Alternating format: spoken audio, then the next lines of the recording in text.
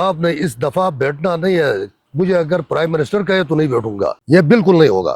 ہم نے یہ طے کیا ہے کہ حلقہ نمبر 1 کو ہم نے پولیٹیکل بنانا ہے، نہ کمیٹیاں بنے گی، نہ کمیٹی کے وساطت سے میں بیٹھنے کے لیے تیار ہوں۔ میں الیکشن لڑوں گا، چاہے 10 ووٹ لے لوں گا، چاہے 10,000 لے لوں گا۔ ڈی سی بننا، جناب اے سی بننا 1000 قسم کے کلاشنکوف سے بہتر ہے۔ گنڈاپور بھی چلا ہے اس میں سرسوک استعمال کر کے پرائم منسٹر ہو، پریزیڈنٹ ہو، یہاں کے جناب وہ لوگوں کے دلوں کو تبدیل نہیں کر سکتے۔ دلوں کے اندر جانے کے لیے اللہ تعالیٰ نے جو راستے دیے وہ راستے ان کو پتہ ہی نہیں ہے۔ یہ آپ کو ہم سے زیادہ پتہ ہے کہ جناب ان کے پیچھے کتنے ووٹر ہیں، عوام کتنی ہے ساتھ، کیا ان کا گھر میں جناب اس کی وائف اس کو ووٹ دے رہی ہے، کیا اس کے بھائی اس کو ووٹ دے رہے ہیں، کیا اس کی فیملی ووٹ دے رہی ہے اس کو، یہ تو سب کو پتہ ہے۔ مطلب داخلے کے لیے تو صرف ایک بندے نے کہا تھا میری والدہ کے ٹانگوں میں درد ہے، وہ نہیں اٹھی ہے، باقی سب اٹھے گا۔ یہی کمیٹیاں تھی نا، اور ان کو کیا نام دیتے ہیں، یہ کچھ لوگ تھے کمیٹیوں کا نام سے جناب علی ارغمال کرتے تھے، ان کمیٹیوں کی جناب علی وہ میرے حق میں فیصلہ نہیں دیا، میں نہیں لڑا آگے، کیوں بیٹھوں میں کل بیٹھنے کے لیے تو کھڑا نہیں ہوا ہوں، یا میں پیسوں کے لیے کھڑا تو نہیں ہوا ہوں، یا میں لالچی تو نہیں ہوں، نہیں، میرا ایک ویژن ہے، میں ایک سیاسی ورکر ہوں، میں گلگت بلتستان میں جناب لوگوں کی خدمت کرتا ہوں۔ 2004 سے 2009 تک گلگت بلتستان اسمبلی کا ممبر رہ چکا ہوں، اس لیے کہ میرا حلقہ جو ہے حلقہ نمبر 1 ہے، جو آج تک وہاں پر کمیونیکیشن کی تمام سہولیات سے عوام محروم تھے۔ ایجوکیشن کی سہولت نہیں تھی، ہیلتھ کی سہولت نہیں تھی، دوسرے تمام جو ذریعات زندگی ہے اس سے یہ لوگ محروم تھے۔ این الیکشن کے وقت جناب علی مضافی کارڈ استعمال کر کے جو لوگ ممبر بنتے تھے، ممبر بننے کے بعد اب ان کو کام اس حلقے میں کسی نے دہیاں تک نہیں دیا ہے۔ یہ میں پریکٹیکلی مطلب یعنی آپ کے سامنے کہہ رہا ہوں۔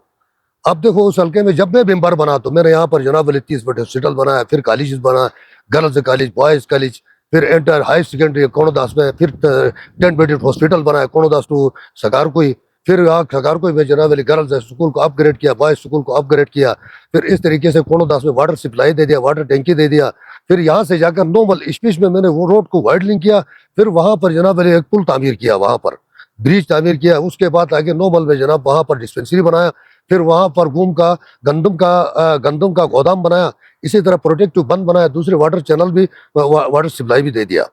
تو اس حوالے سے اس طرح آگے شروٹ شٹوٹ میں نے وہاں پر بھی ڈسپنسری اور وہاں پر بھی پرائمری اسکول میں نے بنایا۔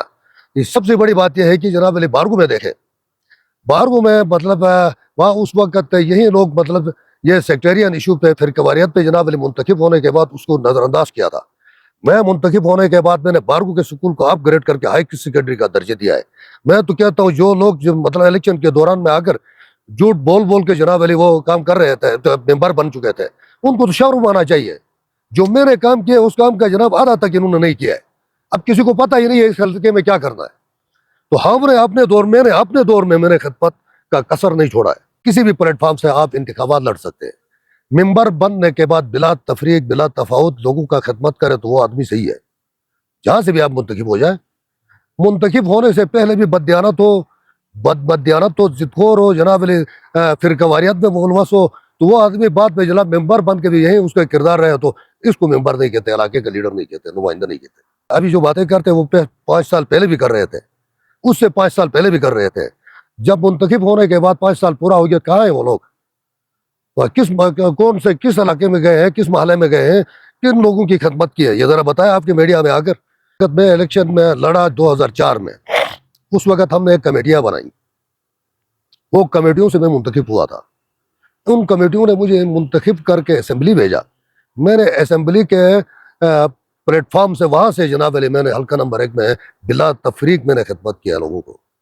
میں نے اس وقت کوئی شیعت دے دیکھو یہ بات تو آپ نے جس طریقے سے واضح کیا کہ جیسا بارگو ہے، بارگو میں تقریباً 99% اہل تشیع ہے، کیا مذہبی کارڈ استعمال کر کے نہیں آ رہے تھے؟ کیا وہاں پر ان کا خدمت نہیں کرنا تھا؟ وہی 99% اہل تشیع کو میں نے اپ گریڈ کر کے پرائمری اسکول کو ہائی کا درجہ دیا ہے۔ ادھر آپ نومل میں دیکھیں جناب علی، وہاں پر اسپیس روڈ کو میں نے بنایا، وہاں برج کو میں نے تعمیر کیا ہے۔